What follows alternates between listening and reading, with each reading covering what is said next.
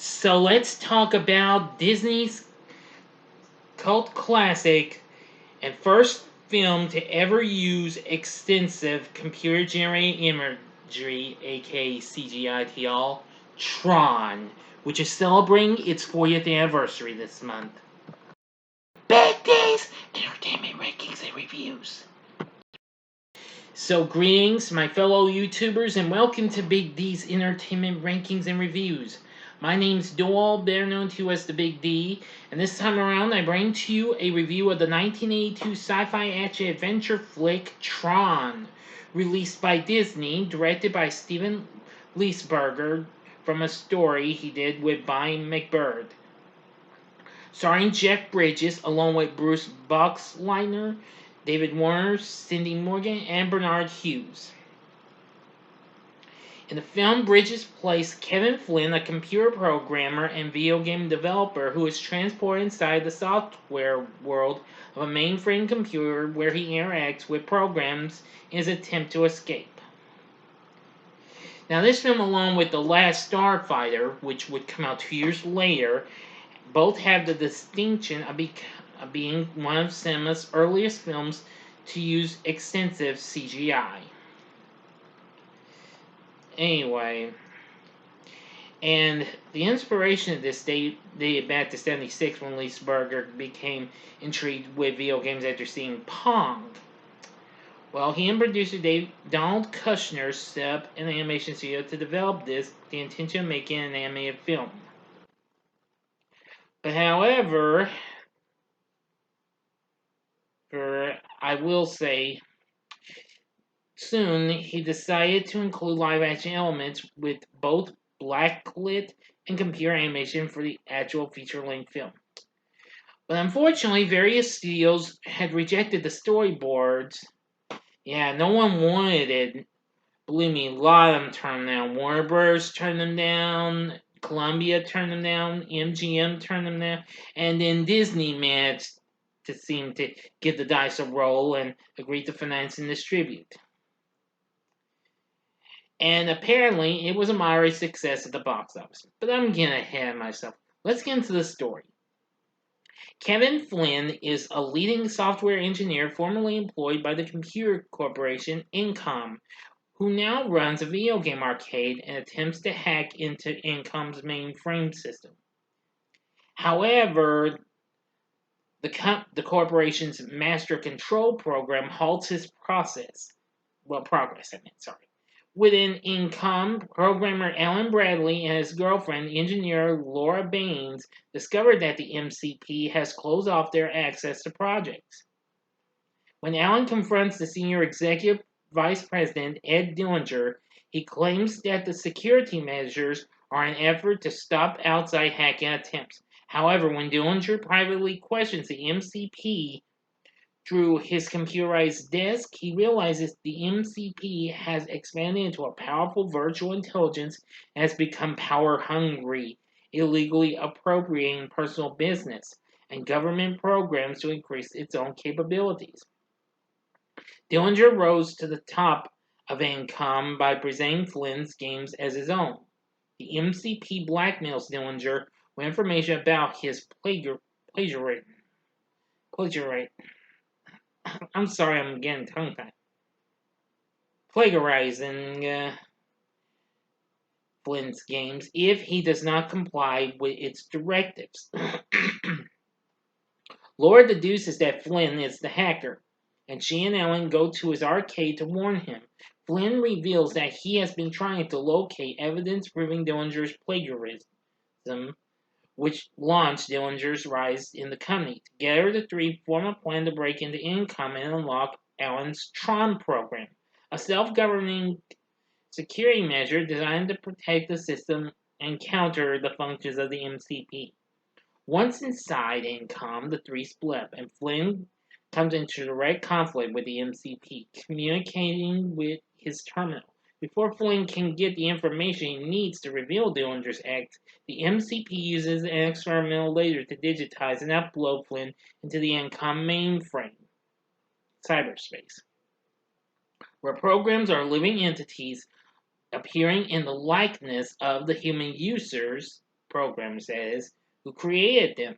Flynn learns that the MCP and its second command, Sark, rule and coerce programs to renounce their belief in the users. The MCP forces programs that resist to play in deadly games and begins playing Flynn in duels.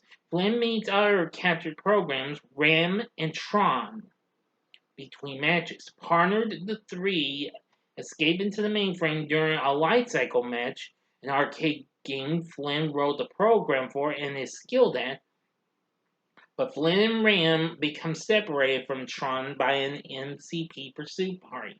While attempting to help Ram, who was wounded in the pursuit, Flynn learns that he can manipulate portions of the mainframe by accessing his programmer knowledge. Ram recognizes Flynn as a user and encourages him to find Tron and free the system before the resin, which that's dying.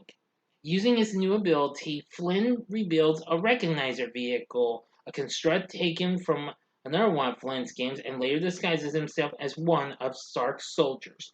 Alright, now for the final act and the ending. As always, you know the procedure. You have 5 seconds to sub this video. Go to the description box below. Fast forward to the time below. If you see the movie already, continue. Here we go. Okay, you've been warned. Tron enlists help from Yuri, a sympathetic program, and an IO tower receives information from Alan necessary to destroy the MCP. Flynn rejoins them, and the three board a hijacked solar sailor to reach the MCP's core. However, Sark's command ship destroys the sailor, capturing Flynn and Yuri and presumably killing Tron. Sark leaves the command ship and orders its resolution, but Flynn keeps it intact by again manipulating the mainframe.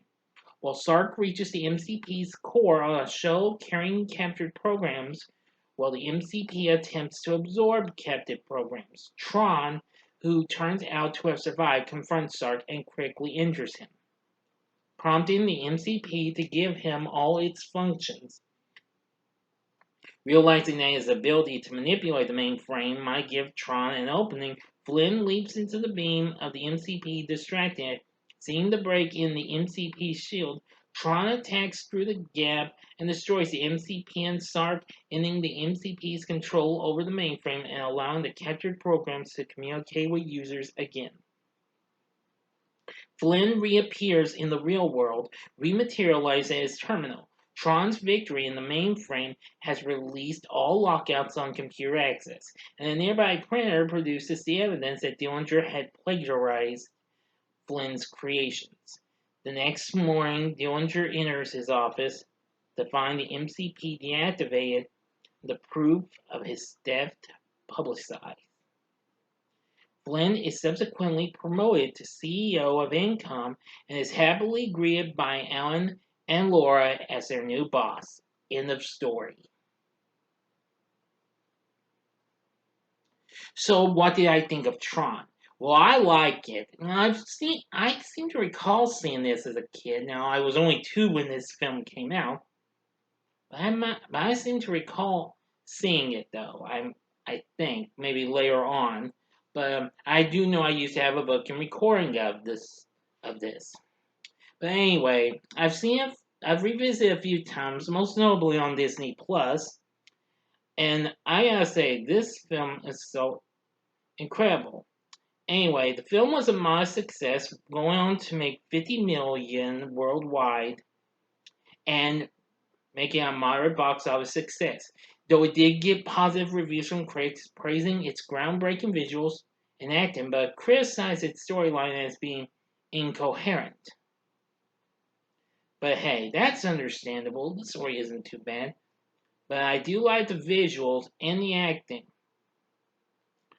First, we have Jeff Bridges playing Kevin Flynn, who is really, really good. And also plays Clue in the game. That stands for Codified Likeness Utility. Bruce Boxleiter plays Alan Bradley and Tron.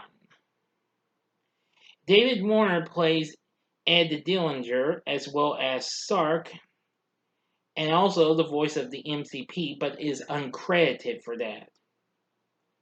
Cindy Morgan plays Laura and Yori.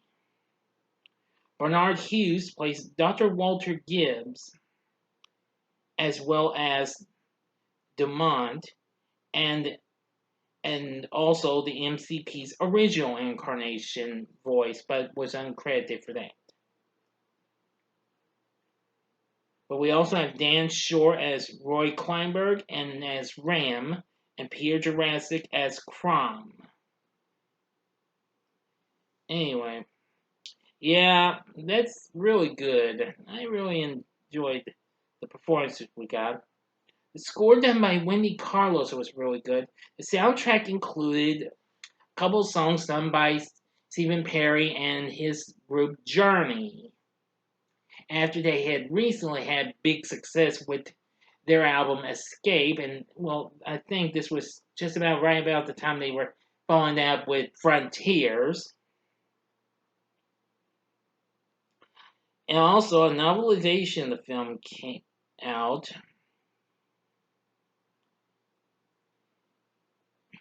And this film was also one of the first films to be shown on Disney Channel's debut in the spring of the following year. It's been released on physical media numerous times. There would also be a direct sequel to this, which came out in 2010 called Tron Legacy, which I've only seen one time. I'm going to try and rewatch it. Maybe one day later on I will review that film. It also had a TV series called Tron Uprising. Yes, which unfortunately didn't last long. It only lasted for 19 episodes and it aired on the Disney XD network. But nevertheless, Tron proved it to have what it took to become something really incredible, unlike what we've seen from any other Disney film. Because, well, Disney was wanting to do some more daring stuff, even after having a factual reasonable success in ways with The Black Hole, which came out a few years before this. I don't think it was successful, but I'd say it would be a cult classic like this would. But anyway, Tron is so incredible, and if you haven't seen this, I would think, would I recommend it? I would say, hell yeah. This is one flick that really is really cool, and I really like Tron, and it's so incredible. I love the effects and what have you. Just something. It would also go on. Now, Tron would also spell lots of other things, including its own video games, even an arcade game. And it was also up for Best Costume Design, Best Sound at the Academy Awards, but it was nominated for Best Visual Effects, which I kind of find that to be, well, I don't really want to be rude or anything about that, like that, Still, I gotta say, it's an incredible flick. So give Tron a try. You can still find it on physical media if you can find it for a reasonable price. It's also on Disney Plus if you'd like to check it out on there. So anyway, give Tron a watch. You'll like it. But anyway, what are your thoughts on Tron? Please tell me in the comments section below. If you like this video, click the like button, subscribe to my channel, and be a part of the Big D Nation. And join me next time when I bring to you my spoiler-free review of the newest MCU flick, Thor: Love and Thunder. Thanks for watching, and if you like this, consider checking out my reviews for some of these other films. In the upper left-hand corner is my re-review for the first Thor movie from 2011, or go to the upper right-hand corner and see my review of, let me think real quickly. Well, a film that really introduced us to CGI animation, what have you. Well, maybe not CGI animation, but computer animation in my re-review of Disney and Pixar's breakout hit Toy Story from 1995. Or if you want some more video game fun, go to the bottom left-hand corner and see my latest Saturday morning TV log on Hanna-Barbera's Pac-Man cartoon, which came out a few months after this came out the same year. And the bottom right-hand corner is the button you can click to subscribe. If you like rankings and reviews on movies, TV, music, video games, etc., then I'm your guy. Thanks for watching. Until next time, I'm the Big D saying, see ya.